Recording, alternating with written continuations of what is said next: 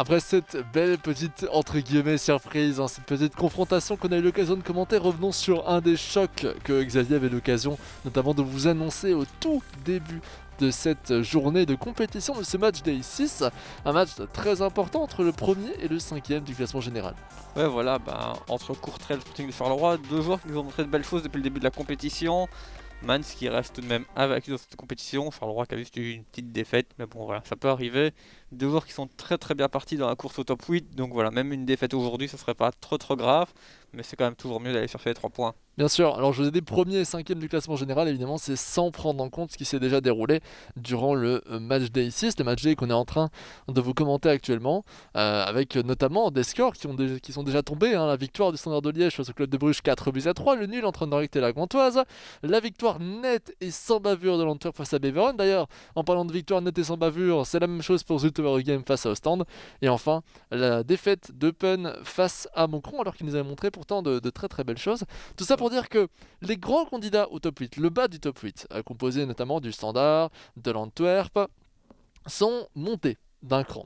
Ils sont revenus dans cette compétition, enfin revenus, ils étaient déjà plutôt bien, mais grâce à ces performances, ils se rapprochent du haut du top 8 et mettent en danger du coup justement les joueurs qui sont au-dessus. Alors certes, lorsque je dis en danger, imaginons Mense, imaginons Florian Mandam perdent, ils ne seront pas normalement écartés du top 8 aujourd'hui. Mais ils pourraient faire partie maintenant du bas du top 8, ce qui est d'autant plus dangereux.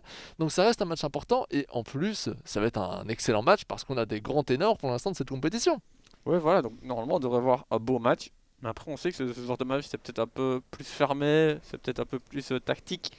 Mais normalement, le match devrait être beau à commenter et à regarder. C'est ça, exactement. Ça devrait être un match très intéressant. Tu l'as dit, plus tactique que technique en soi. C'est très probable. Moi, j'ai hâte de voir si Florian Van Damme va essayer dès l'engagement de mettre un but de la même manière, c'est-à-dire avec un grand centre vers l'avant vers Nicholson. Moi, c'est ma grosse question que je me pose actuellement. On verra, ce sera pas lui qui aura l'engagement. L'engagement sera pour Courtrai. Donc on verra au début de la seconde mi-temps. Mais si ça arrive, sachez que je l'ai prévu grâce à mon grand cerveau. Allez, lancement de ce match. Oh là là, on met déjà le crossbar challenge de Charleroi durant l'échauffement. Ça c'est vraiment, on a parlé un peu de l'échauffement, mais on avait eu ce débat, je me rappelle l'année passée, tu m'avais dit que ça n'avait aucune influence, et moi je persiste là-dessus. Tu ne trouves pas que ce petit échauffement a une légère influence sur le jeu après? Ça nous échauffe un petit peu vraiment? Bon, Xavier, il est toujours contre, ça, moi je suis convaincu que ça marche. non, peut-être pas, c'est pas la même caméra, enfin, il y a tellement de paramètres différents Et du ça match. sert ce mode sur FIFA pour s'entraîner? Un petit peu pour les gestes techniques, surtout, je trouve. Ok, Ça te ok. permet d'avoir, toi, la bonne séquence avec le joystick droit, toi, pour réussir tes gestes un peu dans toutes les positions. Oh, mais en même temps, il faut toujours s'adapter au fait qu'on va vers la gauche ou vers la droite sur le terrain. On n'est Ouais, jamais vers l'avant. Enfin, rarement en tout cas. ouais, mais tu peux justement, même dans l'arène, tu peux quand même aller à gauche ou à droite, toi. Ouais, c'est vrai. Mais la caméra est juste un petit peu inversée à 90 degrés. Allez, lancement de ce match entre Courtrai et Charleroi. Première récupération de Van Klimput. Lancé Mamadou Fall maintenant. À droite, Van Klimput encore. Dans l'axe avec Inkuba. En retrait maintenant. Évidemment, on vous l'a dit, un match tactique. Ne vous attendez pas non plus à une flopée d'occasions. Bien que Charleroi soit un peu plus reconnu quand même sur la quantité de jeux qu'il nous propose en général, laissant parfois un petit peu d'espace dans sa défense, mais on sent que c'est un joueur quand même avec une proportion, un côté plus offensif, qui encaisse un peu plus que ses compatriotes du même rang. Le tir de Nicholson. Le tir de Nicholson pendant que je vous parle, avec cette jolie combinaison. Le physique de Nicholson qui permet d'ensuite tirer justement presque dans la lucarne. Ouais, c'est vrai. C'est vrai que Manch, il a pas encaissé beaucoup de buts, mais ici, après seulement 5 minutes, il en a déjà pris. Ah ouais, c'est assez rare que pour le souligner, mais ça me laisse pas le temps de vous expliquer que, autant au niveau des buts marqués, le Sporting de Charleroi a à peu près des statistiques similaires au reste des joueurs. Lorsqu'il s'agit de parler des buts encaissés, eh bien il a encaissé déjà 9 buts, ce qui est beaucoup par rapport aux autres joueurs de ce top 8, ou en plus encore de ce top 5. Donc il va falloir faire peut-être un peu plus attention à ça. Laissant peut-être des opportunités à Manse, mais on sait que c'est pas le genre de le genre de confrontation qu'il apprécie, Manse. Non. Pas le genre de joueur contre lesquels il a des facilités. Après, contre Shadow, il nous a montré de très très belles choses, donc il pourrait très bien réitérer l'exploit. Doal, revient vers Dorek. Et la transversale pour Dan. Dan pour Sissoko. Et on va peut-être relancer du côté du KV Kortrijk maintenant. Avec Makarenko. Makarenko pour Dorek, pour De Waal maintenant. L'aile droite qui peut être sollicitée là maintenant avec Selemani lançant cette profondeur. Avec Ludman. Ludman se retourne, double contact. On va chercher l'axe avec Makarenko, c'est pas mal du tout. Peut-être la revanche là de Mans avec Chevalier. Sissoko. On commence à s'approcher dangereusement du rectangle. Et le but de Mans. Est-ce qu'on est en position d'hors-jeu? Non, pas du tout. 1 but à 1 de la part de Courtrai. Très bien réalisé encore une fois. Une passe dont je m'étonnais de la précision. Ouais, et puis il se retrouve tellement seul qu'on a peur qu'il soit hors jeu. Au final, non. Et puis il peut faire tranquillement ajuster le gardien, faire un. C'est incroyable. En fait, il a couru sur la ligne des défenseurs. Et alors qu'il n'y avait personne, les deux défenseurs qui étaient censés être du côté droit en voyant du côté de Courtrai. Oh attention, attention, je les adore celle-ci. Mais justement, les deux joueurs qui étaient censés se situer au bon endroit étaient un peu avancés. Et donc on a juste pris un espace sur la course le long de la ligne. Et ça a permis de marquer ce but, très bien réalisé de la part du KV Kortrijk qui revient à 1 but à 1. Allez, Selemani. Lukman, pardon. Lukman encore pour Selemani sur l'aile droite, attention. Est-ce qu'on n'irait pas chercher le 2 buts à 1 très rapidement? Est-ce que le leader montrerait pas peut-être son emprise sur ce match dès le début? Mais non, c'est Dundee qui va récupérer. C'est vrai que si on regarde encore une fois la feuille de match, statistiquement, Man se part également favori dans cette confrontation. Notamment après la difficulté, il y a 2 match day maintenant de Charleroi face au Standard de Liège. La défaite 4 buts à 0. Et puis un match qui a été gagné ensuite face à Leuven, mais quand on voit que Louvain a des difficultés, eh bien c'est peut-être pas si probant que ça, Xavier. Ouais, surtout qu'ici, en plus de ça, Courtrai a réussi à revenir très rapidement dans le match, même plus rapidement qu'on ne le pensait. Donc ça montre une certaine qualité de jeu, ouais. effectivement. Dan, c'est vrai que c'est un match un peu différent des années précédentes où vraiment il n'arrivait pas à marquer de but. Là maintenant, il commence vraiment à améliorer ses points faibles, disons, pour qu'ils soient un peu moins remarquables, tout en gardant ses points forts. Et c'est ça qui est intéressant.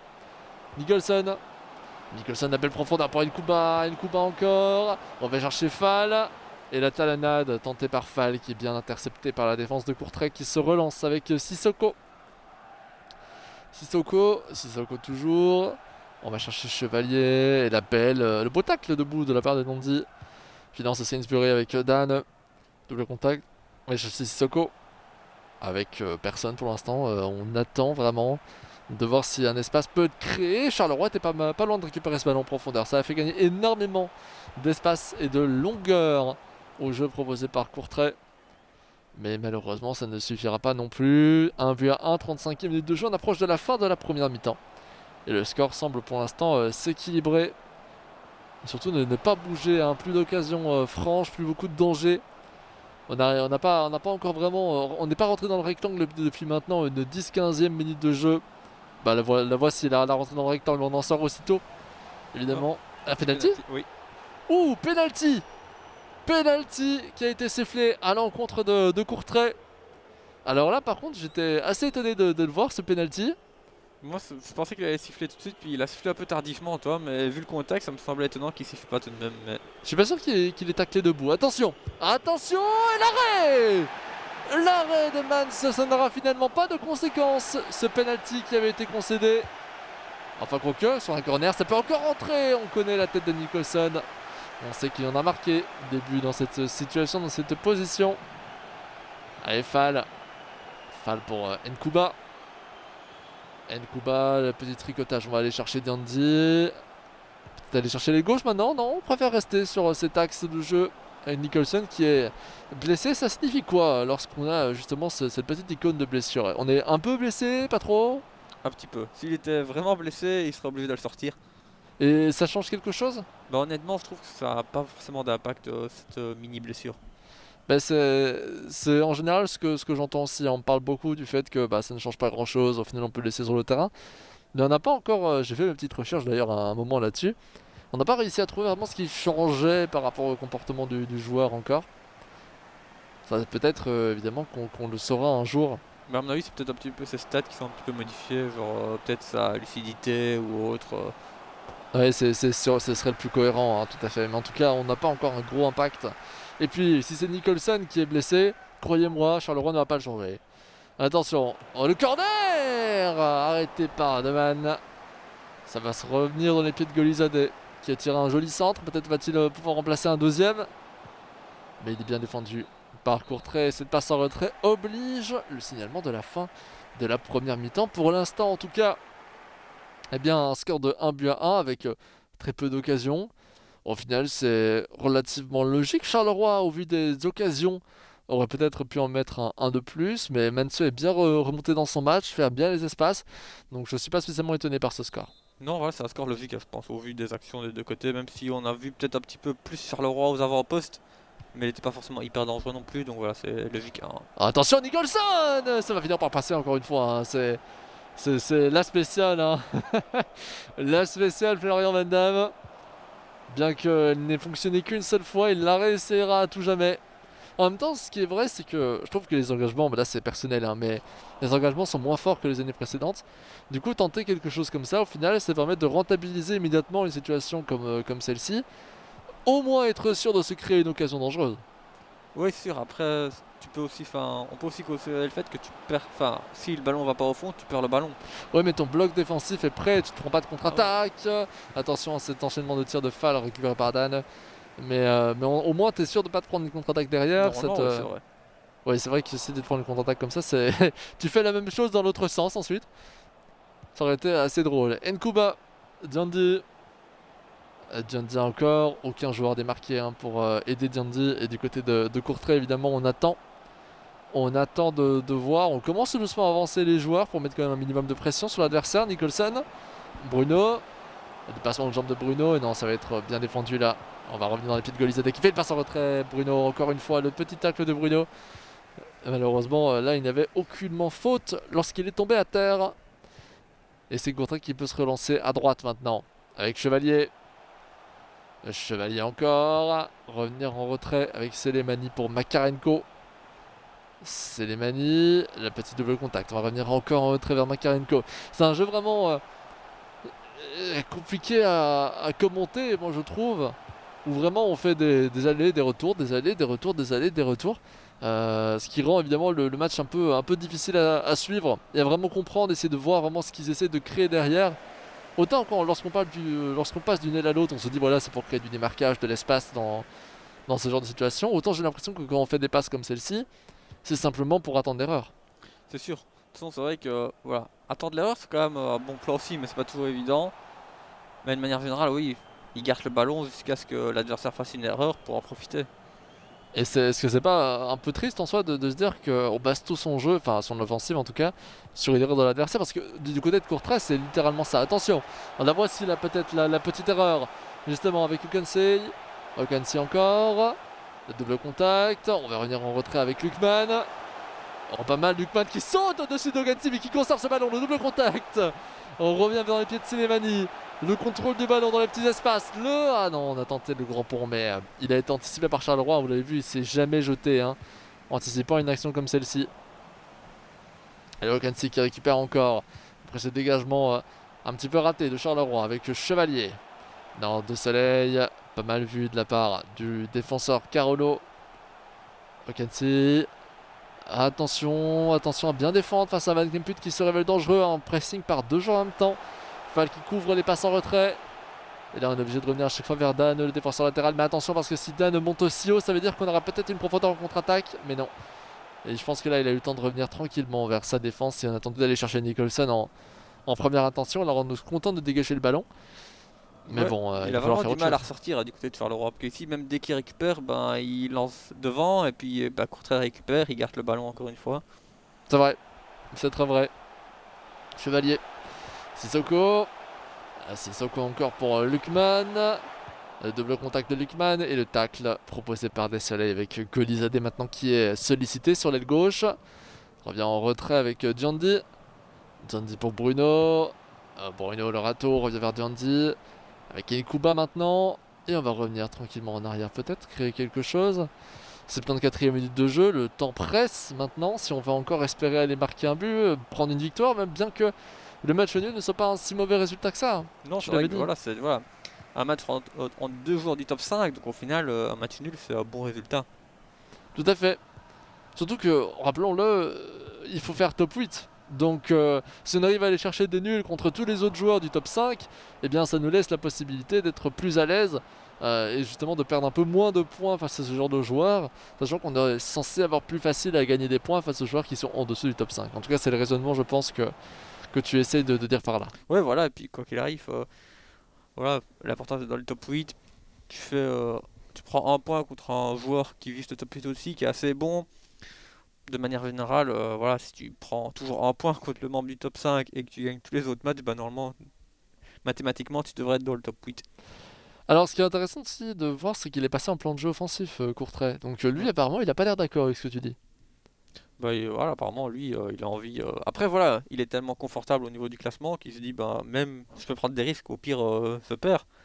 Que voilà, il aura quand même 13 points. Mais voilà, il reste que 10 minutes. Je pense qu'il veut peut-être ouais, peut-être pousser encore un petit peu pour aller mettre ce petit but quand même. Allez, le corner va-t-il être joué à la rémoise? Va-t-on aller chercher Nicholson? La réponse est ni Nicholson ni la rémoise avec Theodorchik. Oh là là! Dommage, il est pas si grand que ça, hein, pourtant. Il a réussi à lever sa tête. Enfin, il est grand quand même, hein, mais moi je compare ce genre de joueur à l'ensemble des grands joueurs qu'on voit en mode Nantes, hein, évidemment. Dundee. Dundee encore. Peut-être relancer Theodorchik justement. De peu, mais il parvient à récupérer ce ballon. Il est taclé par De Waal qui va donner la balle à Courtrai, peut-être, oui. C'est Guay qui sera sur ce ballon, lançant une profondeur avec De Waal. De Waal, Makarenko. Makarenko encore pour De Waal, peut-être lancer de profondeur là qui est largement lancé et largement anticipé évidemment par Florian Van Damme qui n'a pas hésité à la voir, elle était très évidente. Ça permet aussi de créer un espace dans le bloc de l'adversaire, parce qu'avec son défenseur, il va suivre la personne qui part en profondeur, donc directement, tu as plus d'espace entre le défenseur latéral et le milieu gauche. Ouais, tout à fait, surtout qu'il avait suivi ce joueur avec un autre joueur que le défenseur latéral droit qui était resté sur sa position. Theodorchik. Theodorchik encore. On revient vers Dundee. On fait tourner. Revenir dans l'axe peut-être. Si on le peut, en tout cas, c'est la meilleure solution avec Lucas Ribeiro. Lucas Ribeiro avec Nicholson maintenant. Et non, c'est Sainsbury qui fait un joli travail défensif là, encore une fois, à la 88e minute de jeu. Si on veut espérer remonter, il est temps, c'est l'instant, c'est le moment. Si on veut évidemment marquer un but, hein, mais comme tu l'as dit si souvent et on l'a dit il y a de cela quelques minutes seulement, eh bien un score nul n'est pas si mauvais. Mais attention, attention avec Okansi là qui tente un centre tendu. Le centre tendu qui n'arrive pas là où on le voulait, je pense. C'est KMB qui sera le premier avec Badamosi. Okansi sur l'aile gauche, pas mal. On revient en retrait vers Chevalier. On est dans le rectangle, mais non, ça ne suffira pas d'être dans le rectangle. On va dégager ce ballon, permettant donc un score nul entre Courtrai et Charleroi. Alors nul, évidemment, vous avez compris, un score d'égalité, non pas le match qui est nul. Mais c'est très très très intéressant comme match parce que, comme tu l'as dit, c'est pas un mauvais score pour les deux. Et je trouve que ça reflète très bien la physionomie de la rencontre. Ouais, voilà, c'est enfin, un score logique. On voit quand même les deux joueurs, ils se disent ça, on aurait peut-être pu aller chercher un petit peu plus. Mais voilà, dans l'ensemble, au vu du match, je pense que c'est un score logique, mérité pour les deux joueurs. Ils ont fait un bon match et aucun des deux joueurs méritait de perdre. Donc voilà, c'est un bon score. Ouais, c'est exactement ça. Aucun des deux joueurs méritait vraiment de perdre. On a vu un Courtrai qui a quand même bien joué le coup malgré le but encaissé dès le début et qui a été cherché au mérite ce premier tir, ce premier but. Et les sorties de Charleroi qui est resté concentré, qui s'est pas fait avoir par le jeu de Mans très axé possession, qui a pas fait de grosses erreurs et qui a donc réussi à conserver aussi son score juste après. Bref, très belle réalisation des deux côtés. L'occasion de me dire qu'il reste maintenant plus que deux matchs. Et oui, ça va si vite. Je vous les cite rapidement. Nous aurons le match entre Saint-Tron et le Cercle de Bruges. Et enfin entre Leuven et le Berscott. Leuven et le Berscott, un match qui sera très important aussi, notamment pour Louvain et pour le Berscott si on veut sortir de ce statut de lanterne rouge. Ça évidemment, on y viendra un petit peu plus tard. Un petit dernier mot? Ben, juste qu'on a hâte de voir l'avant-dernière capsule. Ah, mais c'est incroyable, encore une fois, mais les transitions de Xavier sont extraordinaires. Oh, capsule.